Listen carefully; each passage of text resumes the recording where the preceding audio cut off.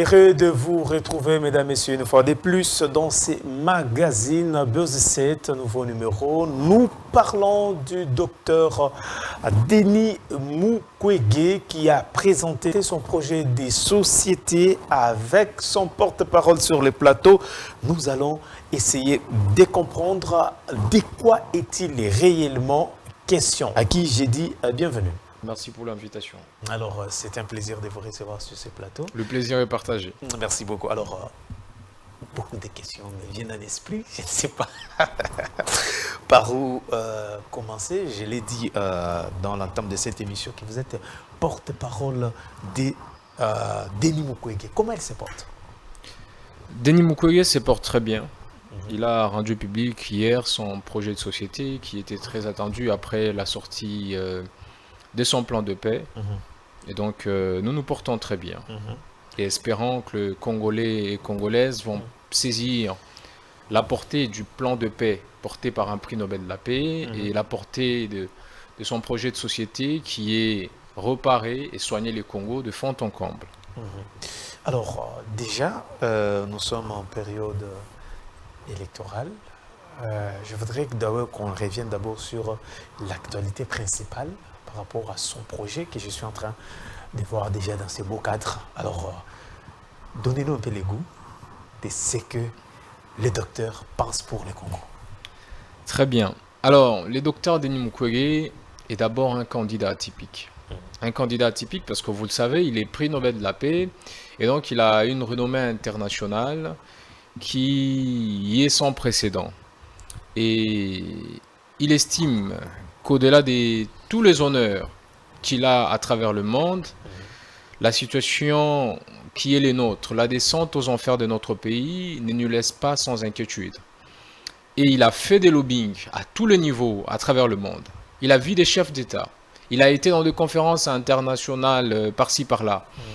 Mais il estime à ces jours que s'il a le mandat public du président de la République, il peut pousser très loin son plaidoyer et arracher au monde ce qu'il faut pour que le Congo retrouve son rayonnement, pour que le Congo aille beaucoup plus loin. Il vient donc devant les Congolais et Congolaises demander leur main, leur voix pour briller la magistrature suprême. Et il se présente avec un projet de société qui a fondamentalement deux axes. Le premier axe, c'est le plan. Je pense qu'on doit nous remettre le plan pour que Très bien. essayer d'aller ensemble avec nos téléspectateurs. Très bien, D'accord. merci. Je disais donc que son projet de société a deux axes. Ok. Le premier axe, c'est le trois plans qu'il a. Il porte trois plans qui se rapportent à ses trois engagements. Vous le savez, lors de l'annonce de sa candidature, il a annoncé qu'il s'engageait pour trois fins. Il s'engage pour la fin de la guerre, la fin de la faim et la fin des vices, qui sont d'ailleurs les choses qui dérangent beaucoup plus notre pays. Nous avons besoin de la paix à l'est de la RDC, nous avons besoin de manger à notre faim, et nous avons besoin nécessairement de moraliser la vie publique et privée de la société congolaise, afin que nous nous débarrassions de certains antivaleurs qui nous drainent encore dans la boue. Et donc, ces trois engagements sont axés sur trois plans. Ok. Le premier, c'est le plan de paix qu'il a présenté il y a quelques jours. Dans son plan de paix, le prix Nobel de la paix propose beaucoup de choses qui peuvent nous amener à retrouver la paix s'il est élu président de la République. Je suis en train de voir plan de paix Voilà. et des renforcements.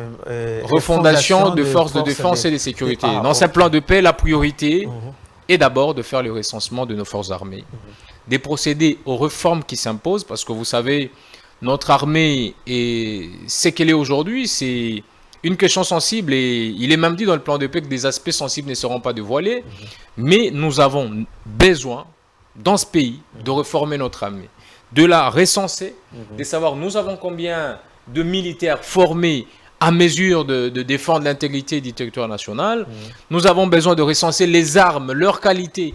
Nous avons besoin de recenser nos munitions. C'est après ces recensements, cet état des lieux qu'il faut faire, qu'on peut se dire, ok, qu'est-ce qu'il faut faire maintenant pour avoir une armée forte, capable de défendre l'intégrité territoriale de notre pays. Une autre chose qu'il compte faire avec le plan de paix, c'est de demander à l'ONU de mettre en place une mission d'imposition de paix dès qu'il est élu président de la République. Et sur ça, il faut qu'on vous dise qu'un prix Nobel de la paix a beaucoup de chances. C'est un peu d'avancer ensemble. Oui. Il y a des questions pendant que vous parlez qui arrivent. Mais il faudra que je finisse pour que les gens nous comprennent. On est toujours dans les plans. On est dans les plans des pays. Oui. Vous parlez de la MONUSCO que le prix Nobel... Il faudra qu'une résolution mettant en place une mission spéciale d'imposition de paix à l'est de la République démocratique du Congo soit adoptée dès que les prix Nobel de la paix Denis Mukwege est élu président. Et je suis sûr que le président l'a dit dans son discours que le départ de la MONUSCO est progressif. Alors, je ne comprends pas. Vous voulez maintenir la MONUSCO qui a fait pratiquement plus de 20 ans au Congo et continuer dans le même combat. Nous avons l'EAC, bientôt la SADC. Comment vous voulez résoudre cette question avec la MONUSCO que les autres jugent avoir échoué à sa mission? Vous savez, c'est la question qu'il faut poser fondamentalement, ce n'est pas celle des échecs des autres. Nous nous interrogeons moins sur notre propre responsabilité dans ce qui nous arrive en tant que nation. Le prix Nobel de la paix, lorsqu'il présentait ses plans de paix au Top Congo, a dit que l'attitude de la RDC, quand il faut négocier avec tous ces États qui viennent pour nous accompagner, doit être une attitude de force. Ah, okay. Nous sommes dans une position de faiblesse. Nous sommes dans une position où le président de la République vous dit que les Wazalendo sont des héros à la place de FARDC. Alors que ces patriotes que nous saluons sont là parce que la RDC n'a pas une armée capable de défendre. Ces compatriotes qui sont en vrai des héros suppléent à une faiblesse de l'État. Et nous disons que, ok, les citoyens n'ont pas assez protégé eux-mêmes alors qu'il y a un État. On ne peut pas justifier que les compatriotes comme les Wazalendo se battent alors que nous avons une armée. Si on en avait... C'est pas aussi interdit. Non, s'il vous plaît, la mission de la sécurité, de l'intégrité nationale est assignée aux forces armées. Si nous venons en appui aux forces armées, c'est à cause de faiblesse qu'il y a à l'intérieur. C'est à cause d'infiltration. Et nous disons qu'il faut commencer par là. Les faiblesses qu'ils ont le nôtre, Macron vous les a rappelées. Il vous a demandé de reformer votre armée. Il vous a rappelé des infiltrés qui sont dans l'armée, qui fragilisent au niveau interne. Et donc, nous, quand nous venons, nous ne disons pas que ce qui a été fait, les pays qui nous accompagnent ne le font pas très bien. Je veux bien qu'il y a deux failles. Mais dans les négociations, il va falloir que nous puissions d'abord avoir une posture de force. Nous devons restructurer notre armée. Nous devons être en mesure de nous battre avec ou sans qui que ce soit. Et après, décider égal à égal avec celui qui veut sur comment nous accompagner quand nous avons un souci. Parce que nous sommes dans un monde, nous avons des pays voisins qu'on ne va pas déplacer. Nous sommes dans un monde structuré. Aujourd'hui, on parle de village planétaire. Nous devons coopérer. Mais dans la coopération, dans la démarche de demande d'aide, nous devons avoir une position de force. Et cette position de force commence par ce que nous avons appelé état des lieux de ce que notre armée aujourd'hui, recenser les personnels, recenser la logistique et doter cette armée de nouvelles unités, le former, les doter de moyens qu'il faut. Et d'ailleurs, revoir leur traitement salarial. Il faut parler avec les camarades qui sont au front aujourd'hui. Ils n'ont pas à manger, ils n'ont pas à boire, ils n'ont pas de tenue, ils n'ont pas de munitions, ils n'ont pas d'armes. Et dans cette position-là, s'il vous plaît... Vous êtes sûr d'être nus? Je vous dis. Mais excusez-moi, vous savez combien nous sommes en tant qu'armée? Vous avez un chiffre en tant que journaliste. Et vous êtes sûr qu'on a déployé ces tenues-là partout? Mais c'est des manières progressives. D'accord, comme c'est des manières progressives, c'est très bien. J'ai dit donc que tout ce que je relève, c'est des choses qui font que notre armée soit faible et que dans les négociations avec d'autres armées sur terrain, nous ne pouvons pas nous imposer. C'est que le docteur propose dans son plan de paix, fondamentalement, c'est de commencer par résoudre ce qui nous met en état de faiblesse face à toute négociation. Pour que nous ne mettions pas l'échec sur le dos des autres, pour que nous ne chassions pas tout le monde, sans pourtant être capables de nous défendre nous-mêmes. Et nous ne voulons pas, nous ne disons pas qu'il faut maintenir la MONUSCO. Nous voulons qu'il y ait une mission d'imposition de la paix. C'est une mission spéciale qui vient avec l'ordre défensif de défendre l'intégrité territoriale et de rétablir la paix en un bref délai dès que le président Denis Mukwege est élu président de la République. Et l'arrivée de la SADC, l'intervention, quelle est votre lecture? parce qu'on pense que c'est la dernière carte, parce que nous avons toujours eu de bons résultats, disons. J'ai l'impression que vous m'interviewez sur les démarches du président Tshisekedi, alors que moi je présente les plans de paix. Mais le plan de paix, vous avez toujours quelque chose. Je voudrais qu'on évolue avec le plan de paix, que de répondre sur ce que le régime en place est en train de faire, qui nous a ramené aujourd'hui à des décisions irréfléchies d'état de siège. Et aujourd'hui, on nous dit pour que la RDC contre-attaque, il faut attendre que Goma soit attaqué. Alors qu'il y a deux compatriotes de Rutshuru, des Massissi, qui ne vont pas voter à cause de cette insécurité, alors que le président de la République avait promis que si jamais il n'y a pas de paix à l'est de la RDC, il considérerait que ce mandat a échoué. Il a promis d'être à l'est dès qu'il est élu, il ne l'a pas fait. Nous avons un plan de paix porté par un prix Nobel de la paix. Je pense que tous les compatriotes se devaient le devoir de soutenir ces plans de paix pour voir enfin cette paix durable revenir. Vous savez, nous le disons parce que nous sommes à Kinshasa. Oui. Vous ne savez pas, c'est que nos compatriotes vivent dans des camps déplacés, sans à manger, sans à boire. Et vous avez vu Vital Kamerhe plaider pour ces gens-là à Dubaï, pour demander de fonds qui lui ont été livrés. On ne sait pas si c'est déjà arrivé, mais vous comprenez dans quel état nous sommes. Le plan d'épée est une donc stratégie radicale portée par la personne attitrée, prix Nobel de la paix, pour rétablir la paix dans notre pays. Et j'invite tous les Congolais, tous ceux qui veulent la paix, de soutenir le candidat numéro 15, Denis Mukwege, afin que la paix revienne dans notre pays. Très bien.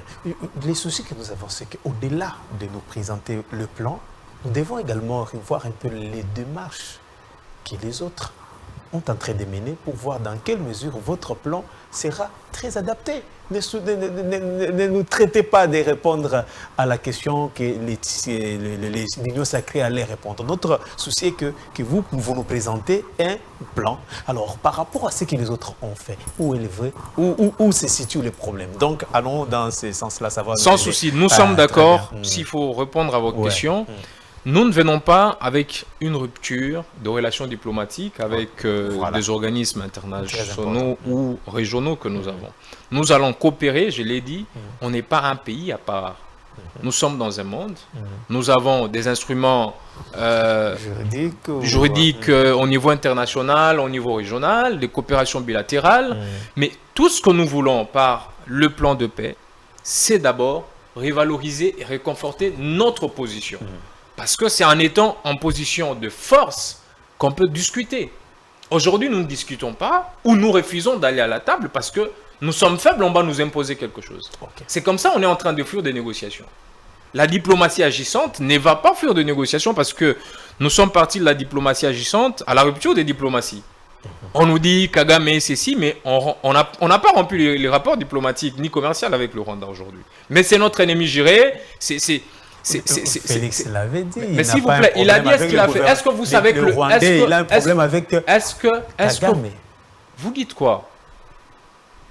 Vous parlez du Rwanda ou de Kagame? Parce que vous parlez des relations que l'on peut avoir avec les Kagame est aujourd'hui le symbole du Rwanda. Vous ne pouvez pas avoir c'est pas un problème personnel, c'est un problème étatique. Kagame ne combat pas la RDC parce qu'il a besoin de les prendre pour sa famille privée. C'est une manière de fuir sa responsabilité qui est de dire, ok, nous allons traiter avec le Rwanda, mais nous n'allons pas traiter avec Kagame. Non, traiter avec le Rwandais. C'est-à-dire, on peut se voir. Non, les combats est à quel niveau? S'il vous plaît, les Rwandais vous ont dit qu'ils ne sont pas d'accord avec ce que leur président fait. Et par conséquent, vous allez sympathiser avec le Rwandais et laisser leur président. La question était, entre les deux peuples, il y avait un petit souci. C'est-à-dire, quand on voit tel, je suis Rwandais, on s'apprenait, il y avait des choses qui ne marchaient pas. Alors, pour taire... Nous n'appelons pas à la xénophobie. Nous n'appelons pas à une guerre civile. C'est très important. Nous disons que, diplomatiquement, la RDC, notre plan de paix, propose que nous puissions d'abord faire un état des lieux. Je voudrais que vous puissiez me laisser continuer pour que les gens comprennent on prend les deuxièmes. Très bien, merci. Enfin, notre plan. Donc, notre plan de paix, c'est partir déjà sur une base d'état de lieu, de réforme qu'il faut au niveau de l'armée. Ensuite, au niveau international, nous allons demander une mission d'imposition des paix. Le plan de paix est donc schématisé de sorte à ce que, dans un temps record, nous puissions ramener la paix à l'est de notre pays. C'est-à-dire au-delà des discours, des dénonciations, des communautés internationales, vous voulez qu'il y ait cette bonne collaboration. Alors, la troisième partie. Le deuxième plan, je disais, le deuxième plan, c'est le plan pour mettre fin à la faim. Dès que Denis Mukwege est élu président de la République, nous allons décréter 3 ans d'état d'urgence agricole. Okay. Vous savez, notre pays est un potentiel d'agriculture énorme. Et c'est inhumain et c'est insultant que dans notre pays, nous puissions avoir des compatriotes qui meurent de faim. Pas qui dorment avec la faim, mais qui meurent par malnutrition. Et donc, avec Denis Mukwege, nous allons travailler notre terre. Nous allons retrousser nos manches et installer des villages agroalimentaires et faire l'état d'urgence agroalimentaire pour arriver à l'autosuffisance alimentaire, pour réduire les taux d'importation de produits de première nécessité, pour valoriser la main-d'œuvre locale et à travers ça, permettre à tous les Congolais de manger à leur faim, ce qui est très nécessaire pour que nous puissions travailler notre terre et nous épanouir en tant que nation. Il faut dire que dans le plan des paix, nous avons donc un plan d'industrialiser les secteurs agroalimentaires. Nous avons besoin de développer d'autres secteurs parce qu'il y a 22 programmes qui accompagnent ces plans de faim autour de l'état d'urgence agricole. Donc, c'est quelqu'un qui va nous amener à fond à l'agriculture, chose que notre pays a perdu, l'élan qu'il a perdu, alors que ça peut beaucoup nous rapporter avec autant de terres arables, la saison des pluies qui a presque 9 mois, nous pouvons faire une grande production et importer et capitaliser beaucoup de moyens pour notre pays. Très bien. Le troisième plan, c'est les plans de vis. Le plan de vis, il est intéressant parce que vous savez, notre pays est en proie aux antivaleurs. La recrudescence des antivaleurs nous laisse à désirer. La première des choses à laquelle nous allons nous en prendre, c'est les détournements des deniers publics. Le plan de vis de Denis Mukwege prévoit que dès qu'il est élu président de la République, il va se battre pour que tous les auteurs du détournement des deniers publics soient punis à la servitude à perpétuité. C'est ce qui s'est fait avec non, l'état de aujourd'hui, le droit pénal prévoit 20 ans de travaux forcés. Parce que nous ne pouvons pas punir des morts, parce que c'était ça l'idéal, nous allons punir la servitude pénale à perpétuité, nous allons aggraver la peine pour tous ceux qui détournent les deniers publics. La servitude pénale à perpétuité remplace donc la peine de mort que nous voudrions, mais parce que nous sommes membres de l'ONU et qu'il y a un moratoire sur la peine de mort, nous allons punir des servitudes pénales à perpétuité tous les détourneurs de deniers publics. Ça, c'est la première chose qui va renforcer notre engagement à mettre fin au vice, parce que le vice les plus importants qu'il faut annuler, c'est celui-là. Vous savez, avec $1 million, vous pouvez dépenser ça, $1000 par jour, 83 ans et 6 jours. Mais nous sommes dans un pays où on détourne 1 million, 2 millions, 3 millions, 300 millions de dollars. Et à côté, les discours, c'est que l'État n'a pas d'argent. L'État doit emprunter. Ça n'a pas de sens. Une personne détourne 1 million. Elle peut vivre 23 ans. Mais on en a ceux qui détournent 200 millions. Vous avez suivi la francophonie. Quel dépassement on a eu? On a des dépassements budgétaires de plus de 300%. Mais sur terrain, la population ne reçoit aucun retour. La population ne sent pas tous ces dépassements budgétaires. C'est pour certains dignitaires, c'est pour certains camps politiques. Ce que nous proposons, c'est d'aggraver donc la peine de ceux qui détournent les deniers publics, qui va être désormais appelé crime de lèse-peuple. Parce que tous ceux qui détournent le fonds public sont en train de léser le peuple. Sont en train de prendre les fonds qui étaient destinés à développer les politiques publiques pour leur famille, s'acheter des parcelles en Belgique, en Amérique, où j'en passe. Nous allons donc aggraver la peine pour les détournements des deniers publics. Nous allons aggraver la peine pour la corruption. Aujourd'hui, les codes pénals punissent la corruption au maximum de 15 ans. Nous allons ramener ça à 20 ans de travaux forcés. Parce qu'il faut punir tous ceux qui s'exercent dans tout ce qui est anti-valeur. Nous allons mettre en place un tribunal de biens mal acquis pour ravir à tous ceux qui ont géré l'État le bien qu'ils ont acquis de manière illicite. Le parcelle, les véhicules, les concessions, nous allons récupérer ces choses-là par la mise en place d'un tribunal des biens mal acquis dès que Denis Mukwege est élu président. Et nous allons créer... Un règlement des comptes, sûrement. C'est pas un règlement des comptes. L'État congolais a beaucoup de moyens et beaucoup de biens. Nous ne pouvons pas accepter que ceux qui accèdent au pouvoir puissent spolier l'État et qu'après le mandat, qu'ils se sentent tranquilles. Ce n'est pas possible. Il faudra que celui qui a détourné les fonds publics de l'État, c'est lui qui a acquis des concessions illégalement, il faut qu'il justifie après le mandat. Comment tu es autant devenu riche alors que ton salaire était celui-là? Tous ces biens mal acquis entendus comme services, biens, argent, les comptes en banque, illicitement, vous ne pouvez pas justifier comment vous avez atteint autant de millions dans votre compte bancaire. Il y aura donc le tribunal de biens mal acquis qui va se saisir de ces dossiers automatiquement ou par plainte pour que un procès soit tenu qu'on sache, ok, ton char automobile c'est maintenant 50 véhicules, tu les as acquis comment? Tu as des concessions à travers la ville, des concessions par-ci par-là, et même à l'étranger. Tu les as acquis comment? Tous ces biens qui résultent du pillage systématique des fonds publics de l'État vont être restitués à l'État par Denis Mukwege, vont être restitués à l'État par l'institution du tribunal de biens mal acquis qui va être mise en place. Voilà, au niveau des 3 plans, c'est que nous proposons comme contenu. Mais ces 3 plans sont soutenus par les 12 sécurités ou piliers qui composent ainsi donc les projets de société de Denis Mukwege qui est réparer et soigner les Congos. Nous avons la sécurité institutionnelle et administrative. Et je veux détailler un peu cela pour nous faire comprendre. Vous savez, chers compatriotes, aujourd'hui, nous avons les présidents de la République, nous avons le Parlement composé du Sénat et de l'Assemblée nationale comme institution, et nous avons le gouvernement. Président de la République, c'est tout un gouvernement parallèle. Au-delà du gouvernement qui a plus de 50 membres.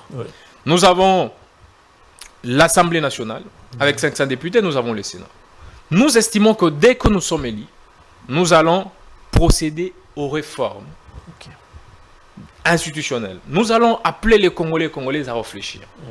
Pourquoi devrions-nous chaque fois payer 500 députés lorsque nous savons que leurs productions législatives n'ont pas d'impact réel sur notre vie? Pourquoi devrions-nous le payer 21 000 $? Parce qu'ils produisent quoi? Officiellement, on n'a jamais dit que c'est 21 000 $. J'ai dit bien, pourquoi devrions-nous continuer à payer nos députés 21 000 $ et à payer 500 députés alors que nous savons qu'ils ne produisent rien qui change ce que nous sommes en tant que peuple? Nous proposons des réformes profondes. Est-ce que le Sénat est utile? À quoi ça sert le Sénat?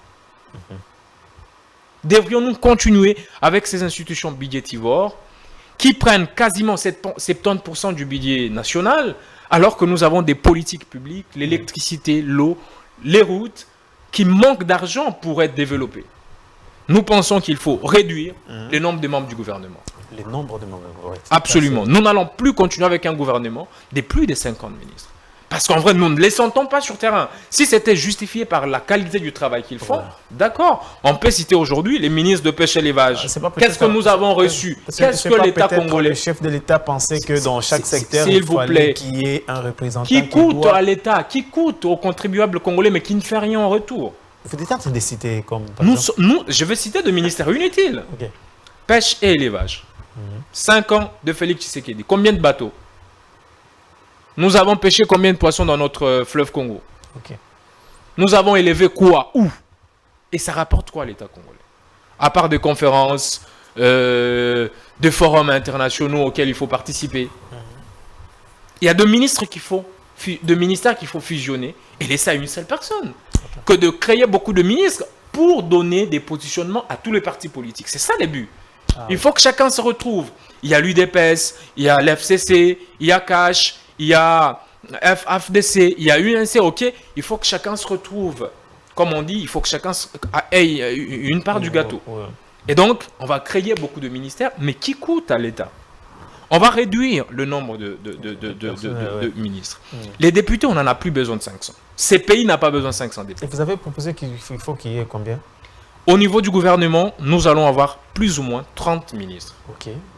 Et donc, nous allons fusionner de ministères pour en arriver plus ou moins à 30. Les députés nationaux, nous allons proposer, lors de ces états généraux institutionnels de notre pays, qu'il faudra réduire le nombre de députés et n'en avoir que d'élite. Nous n'avons pas un pays qui se permet, vous avez vu la campagne qui commence. Un peu timide là. La campagne qui commence avec n'importe qui comme député. N'importe qui. Si, il faut des critères. On a besoin d'élite. Non, ce n'est pas la... Qu'est-ce que vous appelez la démocratie? Qu'est-ce que vous voulez qu'on fasse? La démocratie, chers compatriotes, il faut qu'on évolue. Nous avons cette démocratie, bientôt nous allons avoir 24 ans d'indépendance. Où ça nous mène? Il ne faut pas chanter démocratie pour démocratie. Quand la France s'est construisée, ils n'étaient pas en démocratie. Quand l'Amérique s'est construisée, ils n'avaient pas la démocratie. Détrompez-vous et faisons attention avec ce qu'on appelle démocratie. Je vais prendre ce que la démocratie prévoit. La démocratie prévoit que l'Assemblée nationale soit la représentation des aspirations du peuple. Sûrement. Est-ce que vous êtes sûr que nos députés représentent les aspirations du peuple? Qui incombe la faute à la population qui choisit. Mais parce que vous savez que notre population n'a pas encore une maturité électorale, il faut réduire les dégâts. Il faut fixer des critères fermes. Oh. Absolument. Il faut fixer des critères fermes pour que nous n'ayons pas des troubadours, ceux qui ont échoué tout dans la vie qui vont postuler, ceux qui n'ont rien à faire qui vont postuler. Il faudra que ce soit des personnes, des élites, de personnes qui portent des valeurs et des idées, qui vont venir proposer des lois qui ramènent notre société vers la perfection, qui ramènent notre société vers la grandeur, et qui ramène notre société vers le développement. Pas de gens qui ont échoué dans le business, qui ont échoué à l'école, qui ne savent pas parler, qui ne savent pas écrire, mais qui savent au moins acheter les Congolais. Vous l'avez vu au Stade Martyr, qui vont donner des 1000 francs, des 10 000, des polos pour qu'ils soient élus. Et ces gens-là, on les appeler députés, on pense qu'ils vont nous représenter. Par contre, ils représentent des partis politiques à l'Assemblée nationale. Ils représentent leur autorité morale. Vous avez vu des députés aller faire allégeance à Kabila lorsqu'il faut décider. Certains attendent le mot d'ordre de l'union sacrée pour décider. Ils ne décident pas au nom du peuple. Mais parce que nous avons déjà compris que la démocratie représentative a des limites.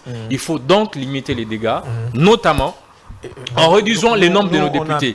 Les Sénats... Que les gens viennent nous dire, on m'a écarté parce qu'il y a eu ceci, il y a eu cela. Il y a déjà des non, chers compatriotes, je pense que nous le savons tous. On n'a pas le courage de les dire. Okay. Nous le savons tous qu'aujourd'hui, par exemple, l'Assemblée nationale est une caisse de résonance de l'Union sacrée. Oh. Mais non, ce n'est pas une Assemblée nationale. L'Assemblée nationale est une caisse de résonance de l'Union sacrée dirigée par Mbosso. Il n'y a pas des aspirations de la population qui y sont traitées. Donc, nous proposons dans le projet de société, dans les piliers sécurité, institutionnelle et administrative, qu'il faut reformer les institutions. Le Sénat ne sert absolument à rien. Le Sénat doit être supprimé. Nous proposons par contre, au-delà de ces remarques, qu'il faut créer au Parlement une chambre du pouvoir, une chambre du contre-pouvoir. L'opposition doit s'exercer dans l'arène politique. Aujourd'hui, l'opposition est réduite au silence, au point où l'opposition, quand elle se sent coincée, elle doit quitter l'hémicycle. Mais parce qu'on a une assemblée qui est confisquée par un régime. Mais ce qu'il faut faire, c'est de créer une chambre du pouvoir, c'est ce que nous proposons. Créer une chambre du pouvoir, une chambre du contre-pouvoir. Nous avons donc, par exemple, l'Assemblée nationale, qui est composée de ceux qui soutiennent le régime, et nous avons le Sénat composé des opposants au régime, mais élus. Nous avons un contre-pouvoir institutionnel. Par le député peuple, national. Par les élus des élus.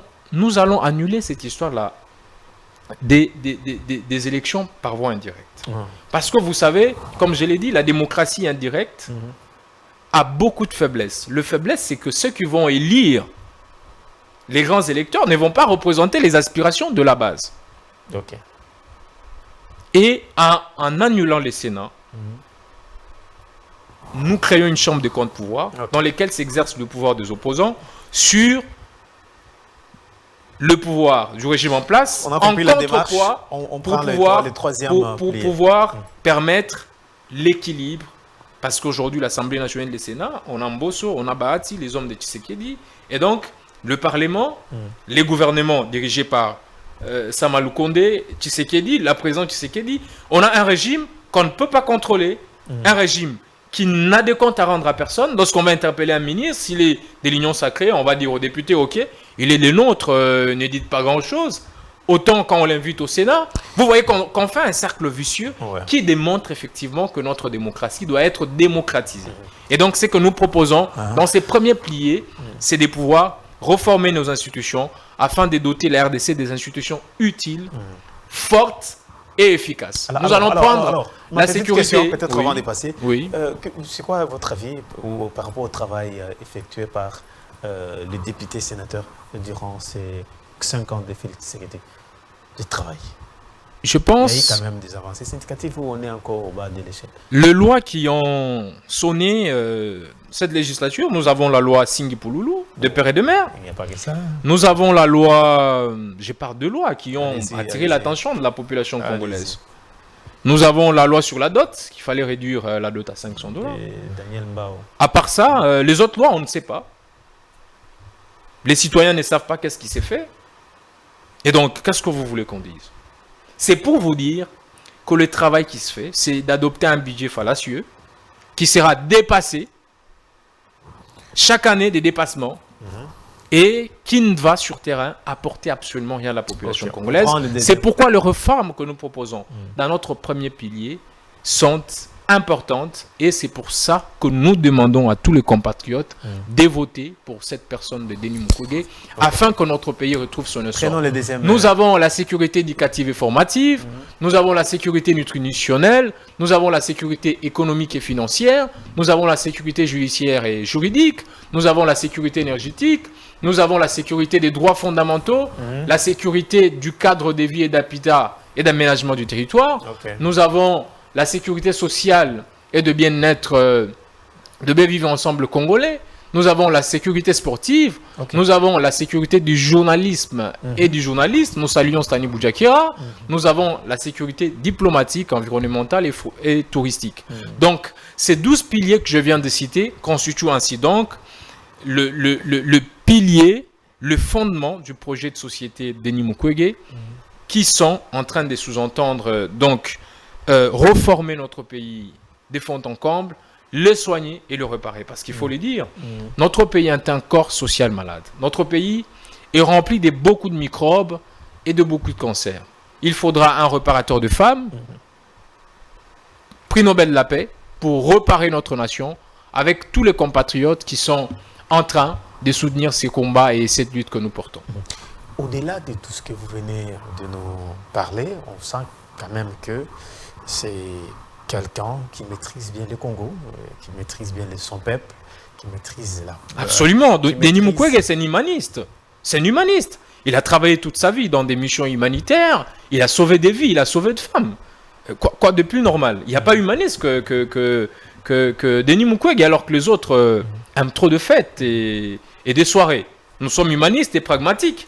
S'il est prix Nobel de la paix aujourd'hui, c'est parce qu'il est aux côtés de la population et des démunis. Il les nourrit, il les vêtue, il les soigne. Et aujourd'hui, je pense que c'est une chance pour notre pays d'avoir cet homme à la magistrature suprême, et nous devons l'accorder cette chance. Passer à côté de cette chance, je pense, je les répète, c'est très malheureux pour notre pays parce que nous avons l'impression que nous ne savons pas ce que nous voulons en tant que peuple. Ok. Lorsque le meilleur d'entre nous se présente, nous devons les accorder le mandat. Il ne faudra pas qu'on soit dupé pour un 10 000 francs, pour un polo, pour un 5 000. Votre voix représente beaucoup. Il faut les donner aux meilleurs d'entre nous. Et vous le savez, que même le président de la République a témoigné que Denis Mukwege est l'un des meilleurs Congolais que nous avons, au niveau national et au niveau international. Il ne peut pas devenir mauvais parce qu'il veut briguer la magistrature question suprême. était aussi, il était bon dans quoi? Mais s'il vous plaît, moi je peux vous poser la question. Lorsque Tshisekedi postule en 2018, il était bon d'abord en quoi? Non, vous venez de répondre. Mais non, je veux vous répondre à une question clairement, parce qu'aujourd'hui, on parle avec beaucoup de légèreté de Denis Mukwege. Denis Mukwege est prix Nobel, il est professeur, il est gynécologue reconnu mondialement. Il se présente à une élection présidentielle. On me demande, il était bon en médecine, pas bon pour la politique. Je demande Félix Tshisekedi, en 2018. Il était bon en quoi? Il avait quel, s'il vous plaît, il avait quel parcours académique? Il avait quelle expérience politique? Et il avait quelle renommée internationale pour briguer la magistrature suprême? Pourquoi aujourd'hui qu'on dise de Mukwege qu'il ne serait pas bon pour la magistrature suprême? Vous pouvez mettre Félix Tshisekedi 2018 en balance avec Denis Mukwege aujourd'hui et penser que, s'il vous plaît, et penser que Tshisekedi était bon pour la présidence et Denis Mukwege non. C'est absurde. C'est pourquoi j'ai dit que nous ne savons pas, chers compatriotes, c'est que nous voulons en tant que peuple. L'élection, c'est pourquoi on appelle ça élire. C'est sélectionner le meilleur d'entre nous, qu'il puisse avoir de responsabilités afin de gérer de manière éthique et holistique la vie nationale. Très bien. Mais lorsque nous nous laissons tromper par de pratiques d'antivaleurs, la campagne électorale a commencé. Vous avez vu, première action, stade de martyr, vous avez vu comment l'argent a marché.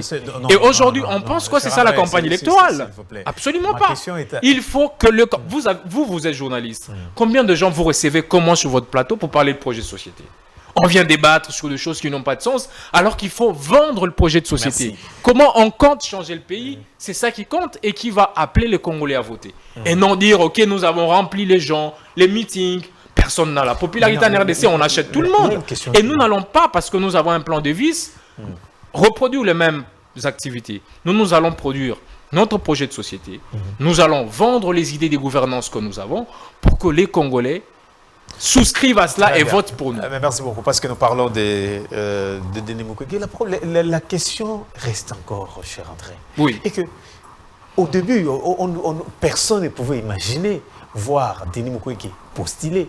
Mais d'où l'intention de faire la politique commence quand? Parce qu'il y a ceux qui pensent qu'il y aurait une main noire que nous ignorons encore jusqu'ici. C'est pour des intérêts tout à fait autre que Denis Mukwege serait candidat. Qu'est-ce que vous voulez? Qu'est-ce que vous pouvez nous dire par rapport à cette question? Vous savez, il y a des débats qui sont dénués de tout sens. C'est ce genre de questions qui sont élaborées dans des laboratoires qui sont contre les progrès du Congo. Vous savez que toute personne avisée, tout compatriote avisé, c'est que tout Congolais a le droit civique et politique. Et dans le droit politique, on a le droit d'élire ou d'être élu. Et donc, tout Congolais, qui qu'il soit, où qu'il soit, peut postuler. Alors, quand Denis Mukwege postule et qu'on se pose des questions, c'est que ça ne va pas quelque part. Qui lui interdit? Qui les pousse également? Non, il a le droit. Il n'y a personne qui va lui pousser. Il a le droit de postuler. On s'arrête là. Pourquoi on va chercher qui l'a poussé? Non, je me demande pourquoi on va chercher. Parce que Denis Mukwege est un Congolais. Il a le droit d'élire et d'être élu. Il se présente pour être élu. Pourquoi on va demander qui l'a poussé? C'est lui qui l'a poussé. C'est la Constitution qui donne des droits à tout le monde de pouvoir postuler. Voilà. Merci beaucoup. Alors, parce que nous sommes en train d'avancer, vous avez parlé de la campagne électorale et les climats. Vous êtes politique, vous êtes sur terrain, la campagne a déjà commencé. Comment est le climat sur terrain? Est-ce qu'il est reçu par la population ou il y a de... Je veux déjà faire une sonnette d'alarme à la population congolaise, à tous mes compatriotes, parce que nous devons le faire, sinon personne ne le fera. Chers compatriotes, la campagne électorale a commencé. Il est de pratique qu'il faut que nous arrêtions si nous avons besoin d'élire de bons dirigeants. Nous ne sommes pas encore nus en quête des polos et des wax des candidats pour les élire. Nous ne sommes pas une soif de bière à combler après les manifestations et les meetings des dirigeants.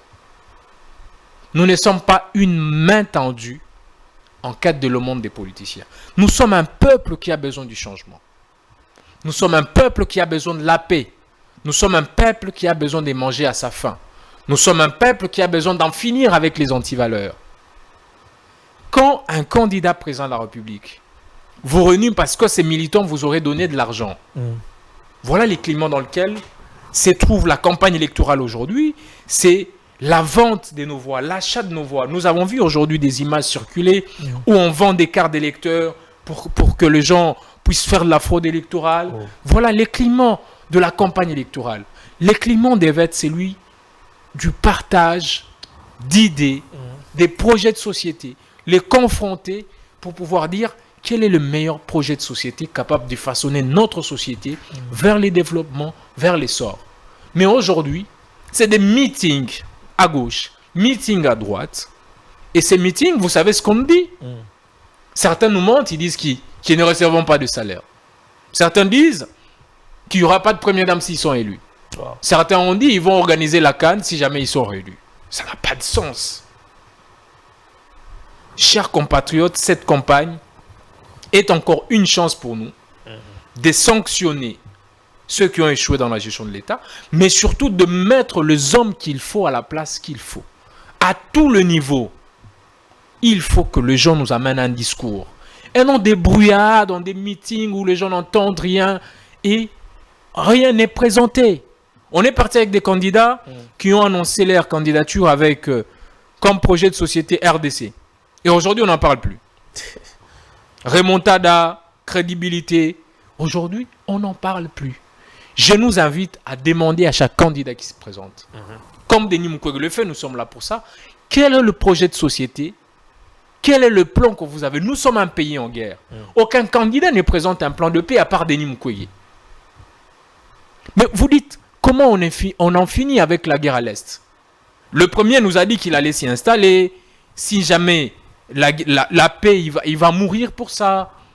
Aujourd'hui, nous en sommes où? Nous avons un prix Nobel qui peut ramener la paix. Merci. Il faut lui accorder la chance. Et donc, cette campagne doit être déterminante pour que dans les 5 prochaines années qui viennent, notre pays soit sur les rails du changement effectif.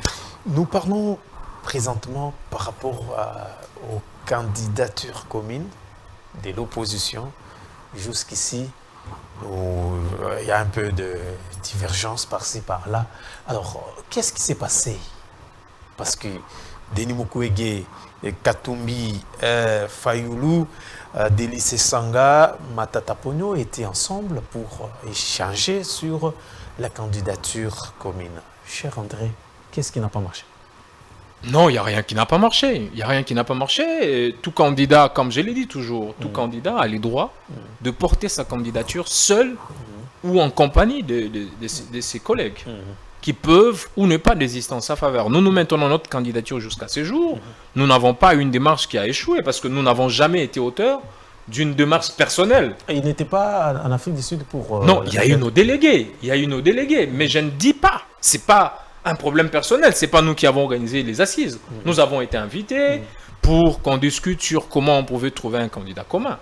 Voilà, il n'y a rien qui a échoué à mon sens. Et je suis vu Matata Ponyo qui invite Denis Mukwege, Sanga et les autres de rejoindre l'équipe des Katumbi. Ça n'engage que lui.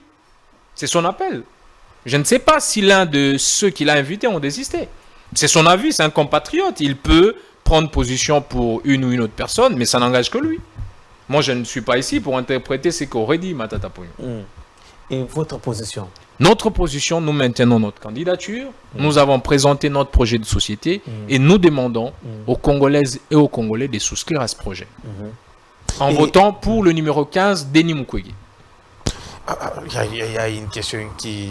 Je sais déjà que ça sera peut-être... il y a la question du CESAC qui demandait à ce que les candidats puissent se présenter dans une émission face aux journalistes.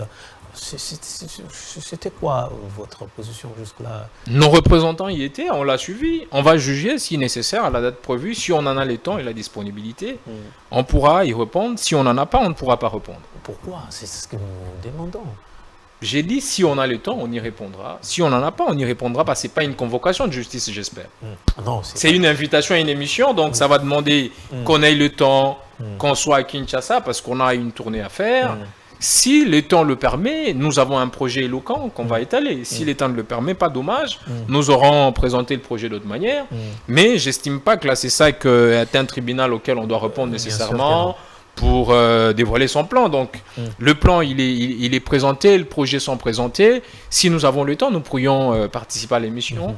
Si nous n'avons pas, désolé, on n'en a rien à faire comme un problème. Donc, je comprends votre question, mais c'est vrai, vous l'avez quand même répondu. Mais je vous dis qu'il y a toute notre liberté à avoir notre agenda, l'agenda de notre candidat. S'il est disposé, il pourra participer. Les plans ou les projets est tellement très intéressant que nous voulons assez. J'ai dit que si nous avons le temps, notre candidat sera l'émission organisée par la CESAC. Pour répondre aux questions qui nous seront posées par des journalistes. Si nous n'en avons pas, parce que nous serions occupés à faire la campagne, peut-être qu'il ne sera pas à Kinshasa. Donc, ça reste une question. Le temps que la date arrive, on va juger et prendre ce qui sera nécessaire. Mais j'insiste que ce n'est pas une convocation de justice où on doit s'y rendre manu militari. Alors, je vous ai dit que je souffrais. Il y a des questions. Allez-y, nous sommes très disposés. Est-ce que Denis Mukwege compte aller seul?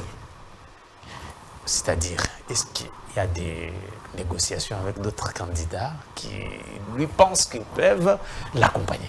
Denis Mukwege a toujours été ouvert pour une candidature. Mais il a déjà fermé la porte, il ne veut personne. S'il vous plaît, Denis Mukwege a toujours été ouvert pour une candidature commune de l'opposition. Mais c'est quelqu'un qui tient à beaucoup de valeurs et beaucoup de principes. Si les valeurs qu'il défend et les principes qui sont les nôtres ne sont pas en train de diriger cette quête de la recherche du candidat commun, il ne s'y prêtera pas. Et donc, il reste ouvert et maintient sa candidature. Donc, quel que soit je ne voudrais pas dire... Pour vous couper court, avec ou sans que ce soit, Denis Mukwege se présente et continue à soutenir seul sa candidature. Donc, avec ou sans qui que ce soit, nous allons à ces élections et demandons aux Congolais de souscrire à notre programme et de nous donner le mandat public.